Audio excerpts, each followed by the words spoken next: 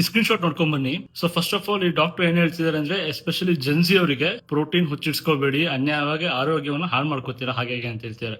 And at the same time ಅವರು fatty liver ಬಗ್ಗೆ mention ಮಾಡಿದ್ದಾರೆ. ಫಸ್ಟ್ ಆಫ್ ಆಲ್ ನಿಮಗೆ ಗೊತ್ತಿರಬೇಕು, ಫ್ಯಾಟಿ ಲಿವರ್ ನಾರ್ಮಲ್ ಇಂಡಿವಿಜುವಲ್ಗೂ ಬರ್ಬೋದು. ಅಂಡ್ ಫ್ಯಾಟಿ ಲಿವರ್ ಬರೋದಕ್ಕೂ ರೀಸನ್ಸ್ ಗಳಿದೆ ಆಯ್ತಾ, ಸುಮಾರು ರೀಸನ್ಸ್ ಗಳಿದೆ. ಫಸ್ಟ್ ಆಫ್ ಆಲ್ ಏನಂದ್ರೆ, ನಿಮ್ಮ ಬಾಡಿ ಫ್ಯಾಟ್ ಪರ್ಸೆಂಟೇಜ್ ಜಾಸ್ತಿ ಇರುತ್ತೆ, ನಿಮ್ಮ ಕ್ಯಾಲರಿ ಇಂಟೇಕ್ ಜಾಸ್ತಿ ಇರುತ್ತೆ, ನೀವು ಆಲ್ಕೋಹಾಲ್ ಕನ್ಸಂಪ್ಷನ್ ಮಾಡೋರಾಗಿರ್ತೀರಾ, ಅಥವಾ ಜೆನೆಟಿಕ್ಸ್ ಇಂದನೂ ಬಂದಿರಬಹುದು ಆಯ್ತಾ. There are so many issues. ಅಥವಾ ನೀವು ಡಯಾಬಿಟಿಕ್ ಆಗಿದ್ರು ಬಂದಿರುತ್ತೆ, ನೀವು ಇನ್ಸುಲಿನ್ ರೆಸಿಸ್ಟೆನ್ಸ್ ಆಗಿದ್ರು ಬಂದಿರುತ್ತೆ. ಸೊ ಇಷ್ಟೆಲ್ಲ ಇಶ್ಯೂಸ್ ಯಾಕೆ ಬರುತ್ತೆ, ಫಸ್ಟ್ ರೂಟ್ ಕಾಸ್ ಅಂಡರ್ಸ್ಟ್ಯಾಂಡ್ ಮಾಡ್ಕೋಬೇಕು.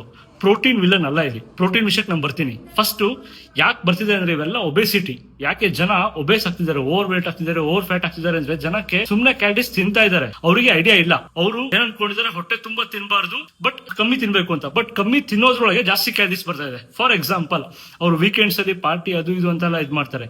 ಡೀಪ್ ಫ್ರೈಡ್ ಐಟಮ್ಸ್, ಆಲ್ಕೋಹಾಲ್ ಅಥವಾ ಎನಿ ಜಂಕ್ ಫುಡ್ ಆಯ್ತಾ, ಕೈ ಮುಟ್ಟಿದ್ರೆ ಪ್ರೊಸೆಸ್ ಫುಡ್ ಸಿಗುತ್ತೆ. ಸೊ ಹೀಗಿರುವಾಗ ಪ್ರೋಟೀನ್ ಇಲ್ಲದೆ ಎಷ್ಟು ಡ್ಯಾಮೇಜ್ ಆಗ್ತಿದೆ ಲೈಫ್ ಅಂತ ಅರ್ಥ ಮಾಡ್ಕೋಬೇಕು. As a doctor you should be responsible enough to spread right information. So ನೀವು ಡಾಕ್ಟರ್ಸ್ ಆಗಿ ಪ್ರೋಟೀನ್ ನ ಎಷ್ಟು ತಗೋಬೇಕು ಅಷ್ಟಲ್ಲೇ ಮಾಡ್ಬೇಕು. ಈಗ ನಾವು ಹೇಳ್ತೀವಿ ಪರ್ ಬಾಡಿ ವೇಟ್ 0.8 ಇಂದ 1.5 ಗ್ರಾಮ್ ಪರ್ ಬಾಡಿ ವೇಟ್. ಅದು ಯಾವಾಗ depend upon the situation, depend upon the activity level. ಸುಮ್ಮನೆ ಯಾವುದೇ ಆಗ್ಲಿ ಬ್ಲಾಂಕ್ ಸ್ಟೇಟ್ಮೆಂಟ್ ಕೊಡಂಗಿಲ್ಲ. ಕೊಟ್ರೆ ಏನಾಗುತ್ತೆ ಗೊತ್ತಾ, it's one of the misleading. First of all, ನಮಗೆ ಯಾವುದೇ ಇಶ್ಯೂಸ್ ಬರ್ತಾ ಇದ್ರು ಅದು ಲೈಫ್ ಸ್ಟೈಲ್ ಇಂದಾನೆ ಆಗ್ತಿರೋದು. ಆ ಲೈಫ್ ಸ್ಟೈಲ್ ಯಾಕೆ ಸುಧಾರಣೆ ಆಗ್ತಿಲ್ಲ ಅಂದ್ರೆ, ನಮ್ಮ ಬಾಡಿಯಲ್ಲಿ ಪ್ರೋಟೀನ್ ಇಲ್ಲ, ನಮ್ಮ ಡಯಟ್ ಅಲ್ಲಿ ಪ್ರೋಟೀನ್ ಆಡ್ ಮಾಡ್ತಿಲ್ಲ.